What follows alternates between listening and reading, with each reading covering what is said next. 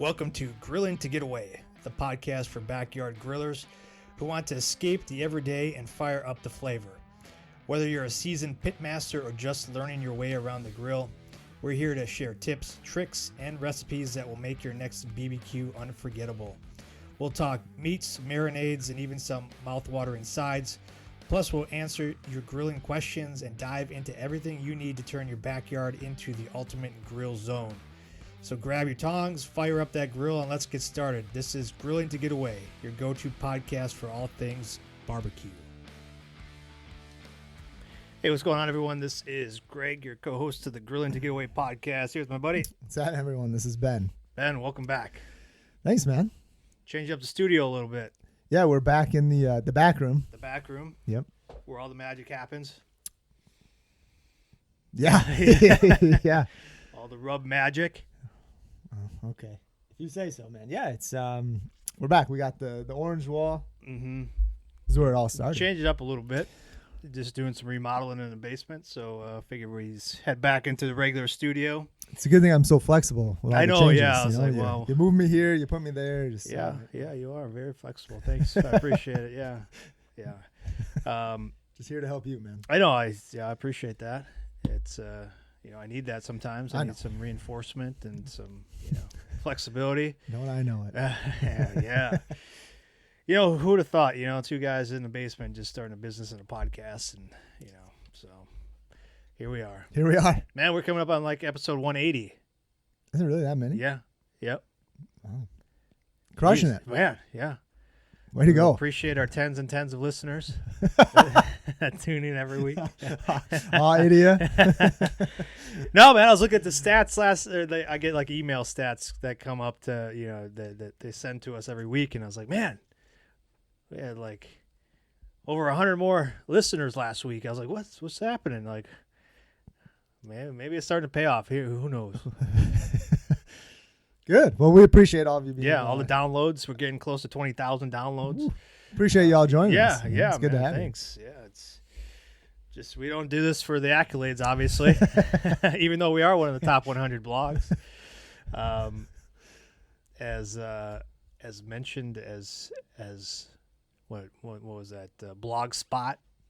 I think we were number 40 something. Ooh. Yeah, we're climbing our way to the top. Our buddies climbing or crawling. Greg? Yeah, I don't know. 5 years in, let's see. It's a steady climb. It's a marathon, not a sprint. It Greg. is. We know that. Mm-hmm. So it's a good time, and we appreciate people listening, tuning in, and then going to the blog and seeing the recipes and tips we put out there each week. Man, I was looking at some of the like. Going back to like our first ones in 2020, man. It's changed. It's changed a lot along the way. We're drinking coffees now instead of having beers and stuff. Yeah, cranking out beers. That was those were fun days. Yeah, it's for personal reasons decided to take a little break, but man, with weather like this, it's hard not to want to put a little whiskey in the coffee. It's raining again, cold again. That's why I got mine covered. Yeah, I know you like Kahlua. A little bit of Grandpa's cough syrup. Yeah. Irish cream. Bailey's. Yeah.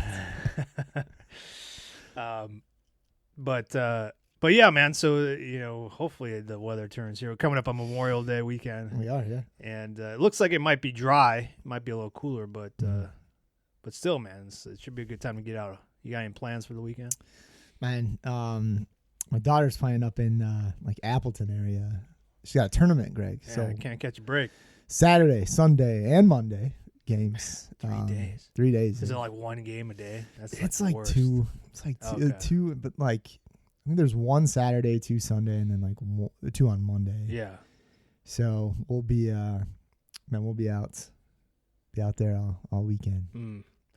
So it's cool. It's cool because I missed quite a bit when I was gone. Mm-hmm. So now I get to come back and jump right back into it and stuff, and so it's fine. Like I'm not gonna complain about it because I'm excited to go watch her and make sure impart wisdom. Keep calm on the sidelines. Run your earlobes, just relax. It's fine. Stand in the corner. Yeah. Away from the people. Yeah, it's like to get kind of to like a certain spot, and then I notice like people start to kind of gather. I'm like, God dang it, I need to move down. Further. Like That's how I am, man. Like I like football, I stand in the end zone. Yeah. Like I don't sit in the bleachers. It's hard. And then like Crosby's playing baseball, so like I stand down the sideline. Like it's hard for me to be near like the crowd. Just I like to watch and just like take it all. Just take it in, man. Yeah. You know, because you can see stuff too, like when you're standing off, you know, not right behind plate, like the home plate or whatever. Sure. You can see stuff, you know, impart that wisdom, as you say, and see the game from a different angle. Yeah. Yeah. So I enjoy it, but I definitely kind of move down towards the end, like you're talking about. I get it. That's why we get along so well. Yeah, I'm sure. There's, Greg and Ben standing in the corner by themselves. Yeah. They don't have to talk to each other most of the time. We just gotta hang out. Just there, just be there. Yeah, man. Yeah, so it's okay. I'm looking forward to just kind of getting to watch her play a bit. But what about you? You pulling out breaking out all 8 of the grills and just having them all we'll see, all man. I'm looking forward to having some time. It's gonna be, we got like a busy kind of, I took last year off to go up by my mom's, because I usually speak on Memorial Day. Sure. Are you speaking this year? I am, yeah. I'm speaking this year. Back at it, yeah. Let me know if you need me to read through your speech. Yeah, I got it. I've been practicing, be better. Do you stand in front of the mirror? I don't stand in front of the mirror, but I do stand up when I practice just to make sure, I got to get in the mode of it, So I'll be going back out to East Troy. I must have did okay a few years ago because they invited me back out. Well, the other people that they had all canceled out. No, this has been a year in the works, man. So I said, like I told you, he asked me again last year, and I said no. I was like, I need to take a break. And then he's like, well, can I get you on the following year? So I said, okay, yeah, I'll put you down. So I have a question, man. Is it? Are you doing the same speech? It's not the same speech, man. Why? Just I know it's not the same crowd. I remember, what was it, dude? A few years ago, we went to we went to, you had your speech in the morning and stuff. Yeah. But that wasn't in East Troy. That was up in Milwaukee. That was Wauwatosa. Yep, up in Tosa, and then from there we went to the brewery. We went to a Brewers game afterwards, and we tailgated. We sure did. That was a good time. That's what that was Memorial Day. Yeah, that was Memorial Day. Yeah, and then those. We took the younger boys, I thought, and then, or maybe we took all the kids, but I think we had them all. Yeah, and then, I think we had them all that day. Yeah, and then there was that one family that had the sauce toss. Yeah. We got one shortly after that. We still have it. You still have it? Still do. Heck yeah, I pull that out. That's a staple at our house during the summer. And I just lace Cal in that thing. Yeah. Yeah, no, but I'll be speaking out in East Troy. I'll probably get the grill out here too. So it looks like it's going to at least be, not raining for once here locally. So I'll be able to get out and get some grilling in too. But that Friday before, I'll be headed out to Pewaukee. There's a nonprofit called Next 18 that provides like golf memberships and golf lessons to veterans, and they're doing their annual fundraiser. So we're going to have a table out there just to, support them. That's on that Friday, or this coming Friday. You got the date on that, Greg, if we want to put that out? Oh yeah, it's what it's this Friday, the 23rd. Yeah, so it's the 23rd of May. So this will come out just before that. So that'll be out in Pewaukee. But if you want to check out them, it's called Next 18. It's a local Wisconsin nonprofit. I mean, they're nationwide as well, but they're based here in Wisconsin. So good organization. They do a lot of great stuff here locally for vets. So we're happy to be out there and support them. But then I'll do that, and then. Are you taking advantage of any free golf lessons? We'll see when we get out there. Sure. I'm not one to take free stuff. You know that, man.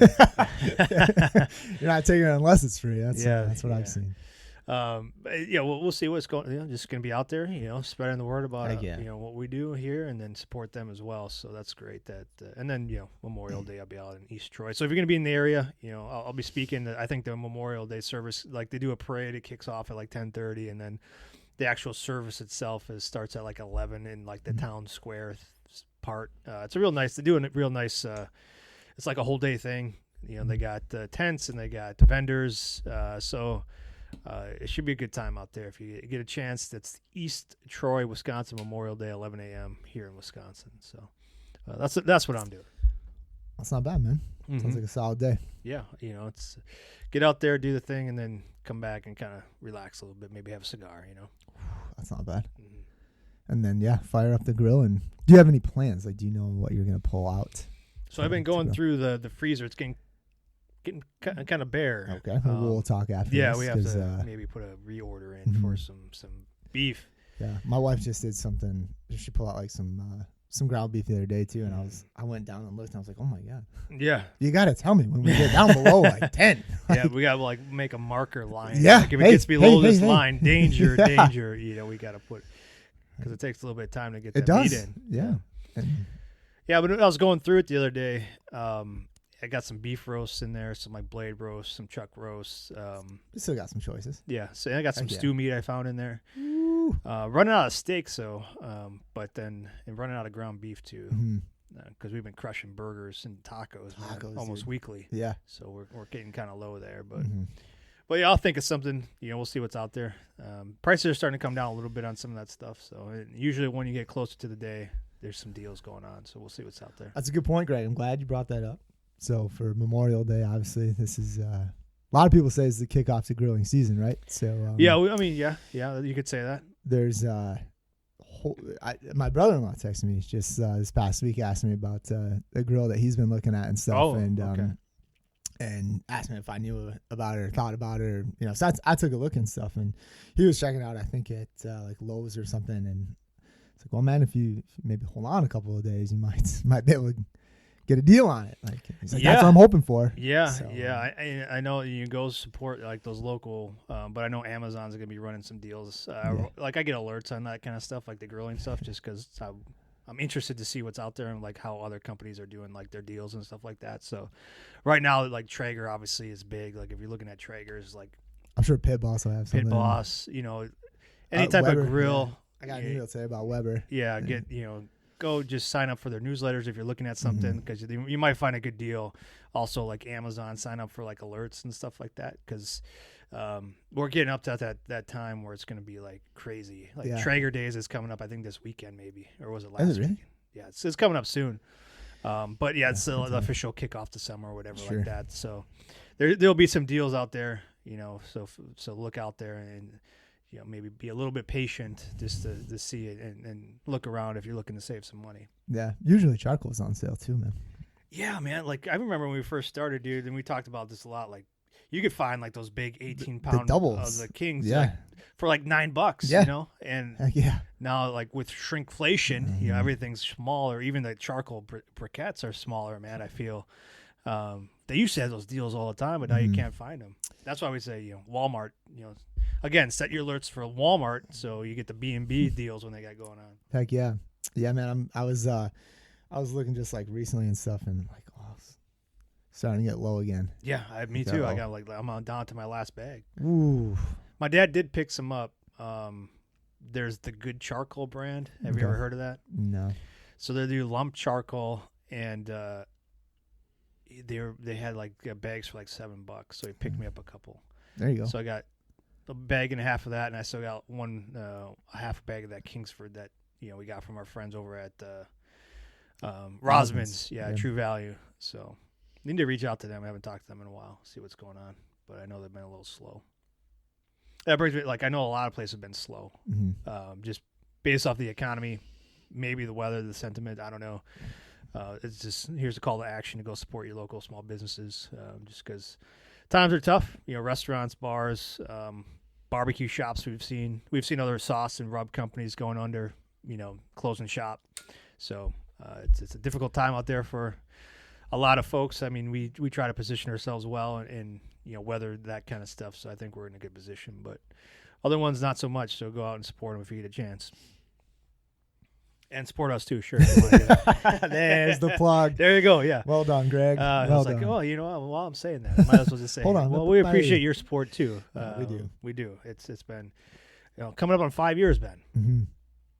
Yeah, you believe that, man? No, just one day at a time. Just two jokers in the basement, just trying to make it work. Yeah, man. I mean, and we couldn't. Yeah, we wouldn't be here with the people listening and supporting us. So. We appreciate that. Well, let's talk barbecue, man. Let's talk a little bit. I had a chance to be on the Hour of the Wolf podcast on Sunday night. They were doing like their kickoff to grilling like season as well. Like it's a podcast. They talk about everything. I think they had like some like different types of topics. This just happened to be grilling and barbecue, and they invited me on, and they invited another gentleman on, Neil from I think it was Delta Q down in Arkansas. And so Arkansas, huh? yeah, man, the backwoods country there, Arkansas barbecue. So, like, and they have people. It was a live stream, so they had people come on asking questions and stuff like that. So some of the questions that I got, I know we talked about. I wanted to just let you know, like, some of the questions we got from the folks there, I think would be good topics for the podcast here. So, I'm hoping to get that audio so I can just throw it out there so people can listen, because there's a lot of good conversations in there between Neil, myself, and then the host, and then a lot of good questions. But some of the questions that I got, Ben, were great for beginners, I think. And I think one of the first ones was like, we might have talked about this before, but I think it's always good to kind of reiterate it or go back and talk about it a little bit more. Do you put a binder on your meat? Yes or no? I guess it depends, man. It depends on my mood, I guess. I'll be honest, like not always. Yeah. Not always. We have talked about this. I've used. It kind of depends, like what I'm cooking, and like the flavor profile I want. Like, I mean, obviously you have mustard, right? Like, it's a classic. There have been times too where I've used like horseradish. Yeah. Just get more of like just like that touch of like a bite to it. Hot sauce. We've done hot sauces a lot. I've also gone like with that sweeter profile and gone like maple syrup, like a honey as well. So yeah, dude, like it just kind of depends. Like I would say, but like, is there like do you feel like there's an advantage or a right or wrong way for a binder? I feel like there's, dude, I don't know, man. Do you think it's needed? I don't think it's needed. Okay. I would say no, like absolutely not. Like, I mean, you can keep it as basic and simple as you want to. Yeah. Like literally just use pepper. Mm-hmm. I've done that before and have been happy with it, right? Yeah. But again, it just kind of depends, like who I'm cooking for. Like if I'm cooking for myself, I'm just keep it like super simple and stuff. Yeah. Dude, honestly, like if I had nothing else, I could probably just roll with pepper. Yeah, man. Like it's salt, pepper, like a good rub that you have. Just simple too. I started, man, because like I mentioned, like when we were talking through it, like I mentioned, like I always used to use a binder because every single recipe I saw said use like yellow mustard as a binder. Yeah. So like that's what I did. Sure. Right? That's fair. And then like I started, as you go through and you get more experience, you kind of start trying things and you kind of start researching things. Like, does like a binder really make that much of a difference? I mean, with a yellow mustard binder, the thought process there is maybe some of the vinegar and the mustard helps to break down and tenderize the meat. I don't know if I'm leaving it on that long before I put it on the smoker for it to break it down that much. And then also like how long you put that binder on for too. Like we were doing like 2 hours before, right? Like, right. And then also it helps the rub stick better. But at the same time, I don't think so. Like I think the rub sticks to the meat regardless, because a lot of the recipes you call like you pat down the meat and then you put your binder on, and like it doesn't make sense to me, I guess. So so I've started doing it like without it. There are some times I might try the hot sauce just to try it out. Like sometimes I'm like, hey, let's see what's in the fridge. Oh, let's try this out. What do we got? What I mean? Yeah, absolutely. I know some people do like Worcestershire sauce as a binder. I don't go too heavy on that. I know there was a big push like a year or two ago about a lot of people using like mayonnaise on like their. I remember that. Yeah, their ribs, and then like, trying like the chicken too. The chicken. Yeah. I mean, honestly, I never did that. I never did that either. That was you did it one time. Did I try that? We tried it one time. That was too much, I think. It was just like, well, and that kind of tells you. I mean, that's. I mean, you did it on like chicken breast, and that was it. It was just like, all right, well, we did it. We talked about it on the podcast. I think we did, yeah. And that was like, all right, well, that's not really. I don't know, man. I'm not a huge mayonnaise guy. Like we were seeing it everywhere, but now I haven't seen it anywhere in like the past year. So that must have kind of fizzled out, like one of those, like, I don't know, TikTok trends or whatever. I don't know. Like I said, the closest I got to it was like trying like horseradish on it. Yeah. But I will say, like the best beef ribs I ever did was when I put that hot sauce on it. Like I put our garlic habanero hot sauce on it, and I just did heavy pepper and salt. I kept it really simple that way, and like you get a little bit of spice from that, but like not enough to make you like burn your mouth or anything, and you get the awesome garlic habanero flavor.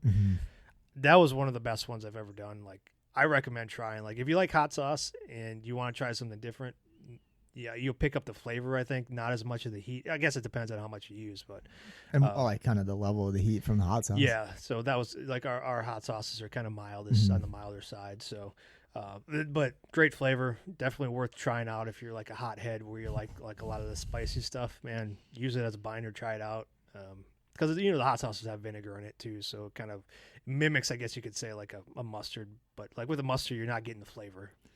Not like that. But no, I'm with you, man. Like, I like using the hot sauce as a binder once in a while. Just something different. But I'm not just like slathering it up either. Right. I think it's like you kind of have to be careful on how much you use. Yeah. Yeah. Definitely not going through like a bottle. I'm just kind of getting it on there, rubbing it around and stuff, and then I'm putting my rub on. Yeah. They're seasoning it. Yeah. So this was another question: do you sprinkle or do you rub it in? Your rubs. I said it's called a rub for a reason. It's not a sprinkle; it's a rub. So yeah, get your hands in there, get dirty, rub it down. Sprinkle. I mean, more of like a seasoning. Like a seasoning, I guess. You see a lot of people up there just dusting it. You know what I mean? And I guess you could do that. But like I like to press it in a little bit. Kind of work it in. Get dirty. Yeah, make sure it sticks. I mean, I don't want it come like a bunch of it coming off on my grates. Then you're just paying for it. Yeah, right. It to go at the bottom of the grill or in the pan or whatever that you're. And nowadays, sometimes rub's not cheap. You know what I mean? It's not. Yeah. Ingredients. Yeah. So I think the binder thing, man, it's kind of a personal preference if you feel comfortable doing it. All the research and things that we've tried to look up, it doesn't really add too much to it. As far as like the actual process of baking and cooking or smoking, you might get some different flavor profiles depending on what you're using. But like the actual process itself, I don't think there's enough evidence out there to suggest that a binder really enhances the cook. Or breaks it down enough to where, I mean, it's not going to tenderize it all the way through, right? Like You're going to get like that top layer and like kind of, it's going to penetrate the meat like a little bit, but it's not going to definitely go like, especially if you're doing like a brisket or even like a chuck roast, like you're going to get kind of like that top, maybe like 1/4 of an inch or something like that, if that. And we always talk about let the meat be the star of the show. Yeah. The less you can put on there, the better. You're paying enough for the meat, man. Right. Let that ride. Yeah. So keep it simple. But if you want to use a binder, go for it. I don't think there's anything wrong with it. But again, at the same point, I don't think there's too much added benefit to using one. If you feel differently, let us know. Shoot us a message or a comment or something like that. I always love hearing like what people use as a binder. Yeah. Like I think that's like just what was that dude? Like that one guy, man. He used it's like cherry like jam or jelly or something like that. Remember on like the ribs, like that's what he used for his binder. Yeah. Chutney. Was it chutney? No, I don't remember. No, yeah, I know what you're talking about. Yeah. But yeah, I mean, like there's so much cool stuff out there that people use, and like I always ask, like, well, what made you choose that? Yeah. And why do you stick with that? They feel like, and like the answer is like, well, for the flavor profile and stuff. So they feel like it's making a difference, like enough for the flavor. Yeah, in order to keep that going and stuff. So I can see that. Like cherry is kind of a stronger flavor, and if you rub it down, like especially like a cherry glaze or something, you're gonna get a little caramelization from it too, I think. Yeah, but that's different. Like a glaze is, you're glazing it towards the end, not like using it as like a binder. Yeah. I mean, I would imagine like that would just burn like crazy. Yeah, I guess if you go real low and slow though. But, sure. I mean, we definitely learn and from people that we talk to, and so we know there's a lot of different ways out there. There's not just one way to do it. So, and we appreciate that about the barbecue world. Everybody's got a little bit of different take on it. So it gives us ideas and inspiration. So there's not one way to do things. This is just kind of our opinion, I guess you could say. And even like you and I we do things a lot differently too.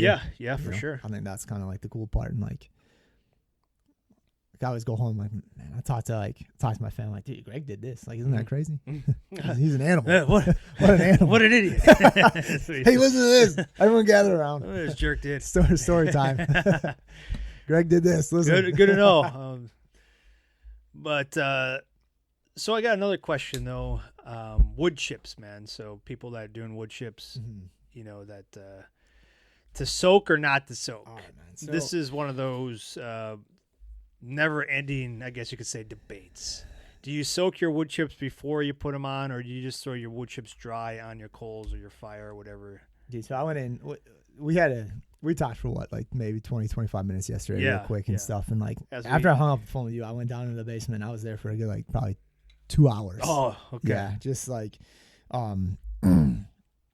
going through books, just going through my books and stuff. And like I pulled out almost like everything, just like clean the shelf off and stuff. And like I really didn't find a ton. Like I got a ton on people using different wood chips and stuff like that, their perspectives on it, stuff, right? Like Myron Mixon's using like more like fruit woods because he's down in Georgia. He's like he loves the peach wood and it's readily available, right? Like we don't get that much.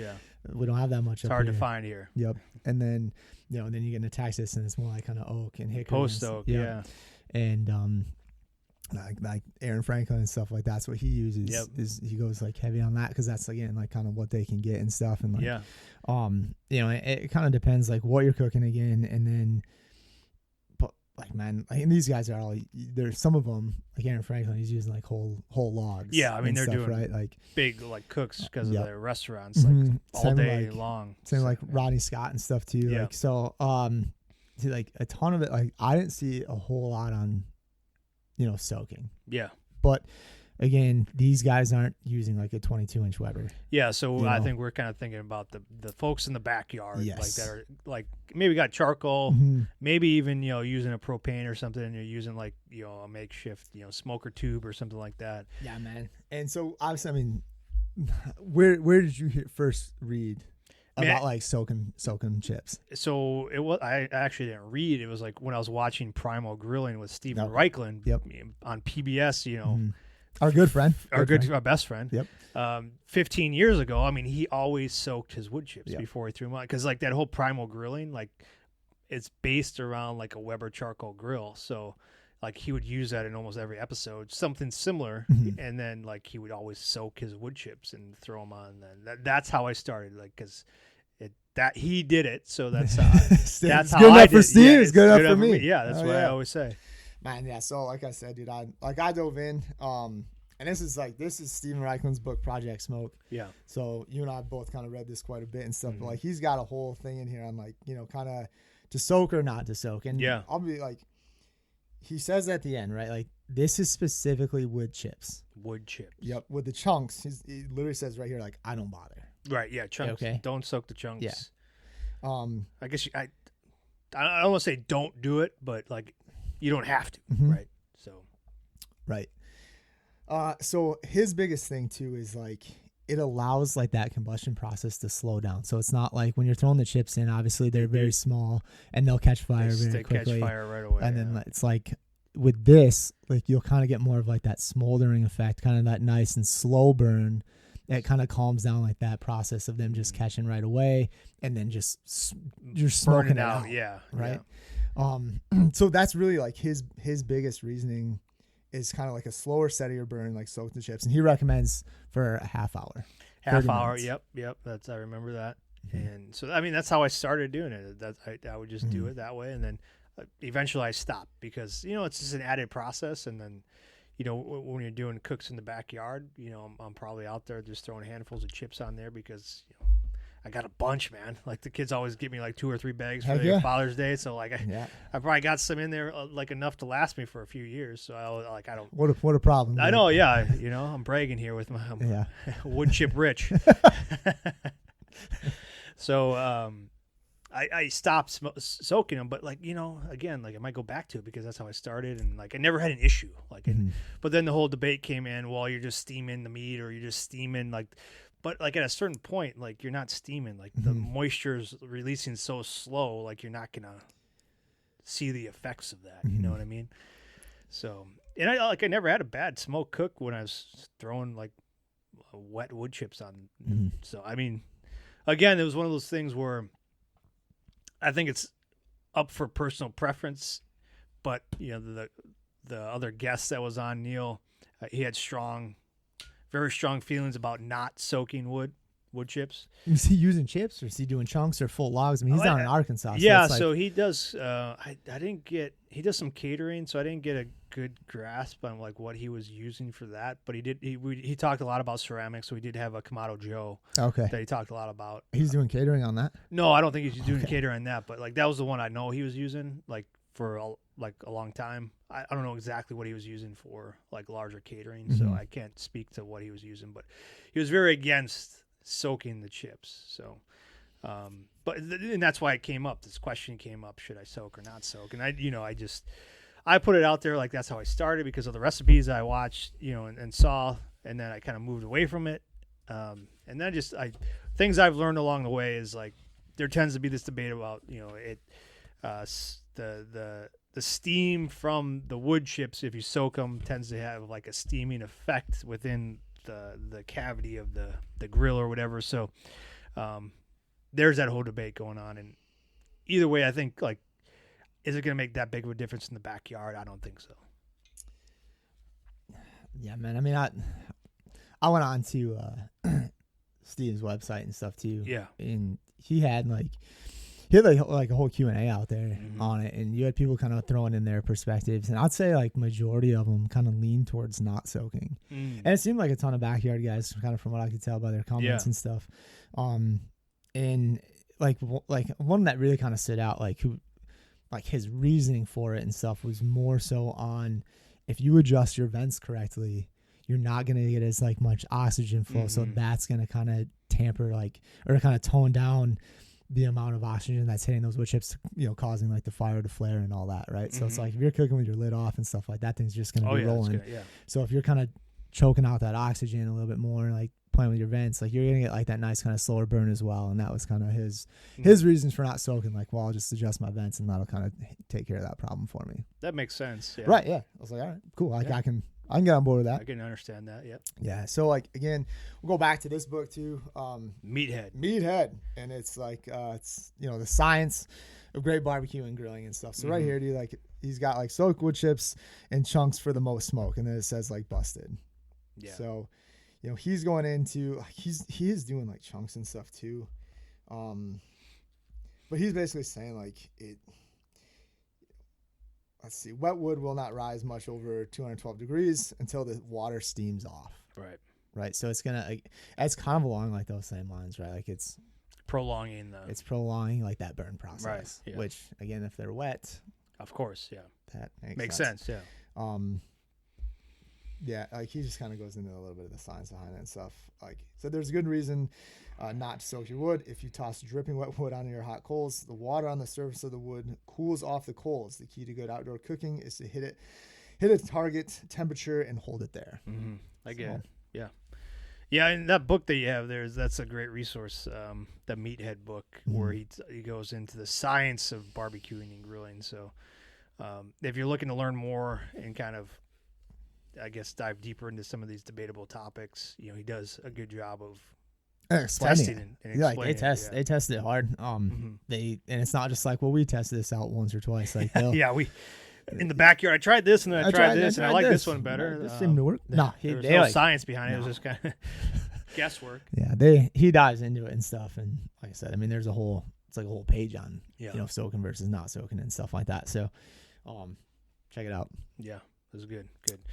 And then those are some good topics to talk about. But one of the questions I got, and I want to know your answer to it, is like, here we go. What is your let's see, how did they phrase it? Maybe most indulgent thing that you like to cook. Most indulgent? Yeah, like what's your secret, like kind of like your pleasure dish that you like to cook? Oh, dude. Honestly, dude, like probably like flatbread, like buffalo chicken pizzas. Man, I just love it. Yeah, I do. Like my wife and kids love it. It's a good time. Which is a teaser, Greg, for our next episode. Ooh! Next episode, we have a teaser. We call that. That's what we call in the business. Teaser. Yeah. But honestly, I mean, we've talked about this before. I'm a big fan. I love wings. Yeah, you do. I do love some wings. And this is kind of like you get like kind of that's the wing flavor and stuff like on a buffalo chicken, like pizza. It's like, man, pizza good, wings good. Yeah. Why not? Oh yeah. Did you do it on a plank? No, I don't. I haven't, but now I will. Now I will. And so it's funny too, man, because like we had a chance to talk to Dina Ian, and we'll be posting that interview next week. But she cooks she has multiple cookbooks, and she does everything like on a plank. Like a cedar plank. So like when you talked to me about this yesterday, right? Like instantly, that's kind of where my mind went. It's like, well, she soaks her planks. She soaks the planks, but she's also cooking the food directly on top. Right. So she's doing that obviously for multiple reasons and stuff. And we'll get into that. She doesn't want it to burn. She doesn't want it to burn, but you're still gonna get some of that smoke flavor in the wood, that profile from the plank and stuff. So I was like, man. So how she does it, I don't. It's just cool, man. Yeah, it's just. Again, everyone, you can have your own way and stuff, and that's why you gotta test things out, what you like and what you don't like. Sure. Everybody's different. Dependent. The science might tell you one thing, but like your flavor, like your taste buds, be like, I don't care. Yeah, because this is what I like. This is awesome. Yeah. So that's good, man. That's cool. But what about you? So how did you answer that question? I said mac and cheese. Oh, a good smoked mac and cheese. So you're like chocolate chip cookies or something. No. Donuts. What do you think I am? What are you talking? Savage. Yeah. All right, man. Well, that's I think that's a good episode here. We'll end that there. A lot of good information. So it was a good conversation. A lot of good stuff. A lot of like the science behind the art. So those are some good questions from people that might be starting out. So if you're just starting out, or hopefully you learn something new. I think the point is to like just get out and play. Yeah. Literally just get out and play. And like again, don't be so close-minded. Yeah. I feel in the biz that there might be some folks out there that are completely closed-minded that don't try new things or aren't open to new things. They're this is the way it is. This is what I do, and like I'm not open to any other variations, and I'm just gonna be a snob about it.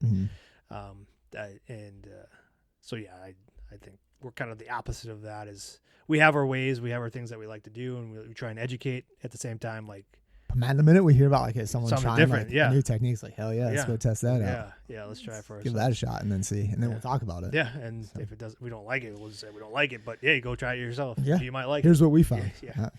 So I think that's the cool part about it. But all right, man. Well, Memorial Day is coming up, so we want to just again, say. It's a time to get out and spend, hopefully getting a chance to cook for your family and your loved ones, but then also to like pause, remember, and honor those that come before us and have paid the ultimate sacrifice. So that's a little bit more about what I'll be talking about on Memorial Day, and living with courage and compassion and with purpose for those that can't. So we want to, say thank you to those that continue to listen and support us, and hopefully get a chance to get out and celebrate the holiday. Don't just be, don't just mourn, but celebrate and be thankful for what we have here. Yeah, and I'll be honest too. Like, we all know everyone kind of celebrates this differently, and so just kind of keep that in mind. But it's definitely a day too to reach out to those that are still around and like to give kind of thanks for them and what they've done. And just let them know you appreciate them being here. Everyone has their demons, we don't always know what they are and stuff. And just, man, like a simple, quick 30-second text, like, hey, it's been a while. Hope you're doing well. And just kind of reconnect with maybe some of those that you haven't talked to in a bit, and just, Yeah, and if you have lost somebody, take an opportunity to tell a story about them. I always find that like the most rewarding part is when I meet somebody and I know they've lost somebody, is just to learn more about that person, not just their service, but like who they are as a person. Like, what do they like? What did they enjoy doing? What were their hobbies outside of the military and things like that? So I always love learning about folks like that. So but again, we appreciate, hopefully get a chance to get out and grill, and then also just take some time. All right, man. I think that's it. All right. Take it easy. All right. Cheers.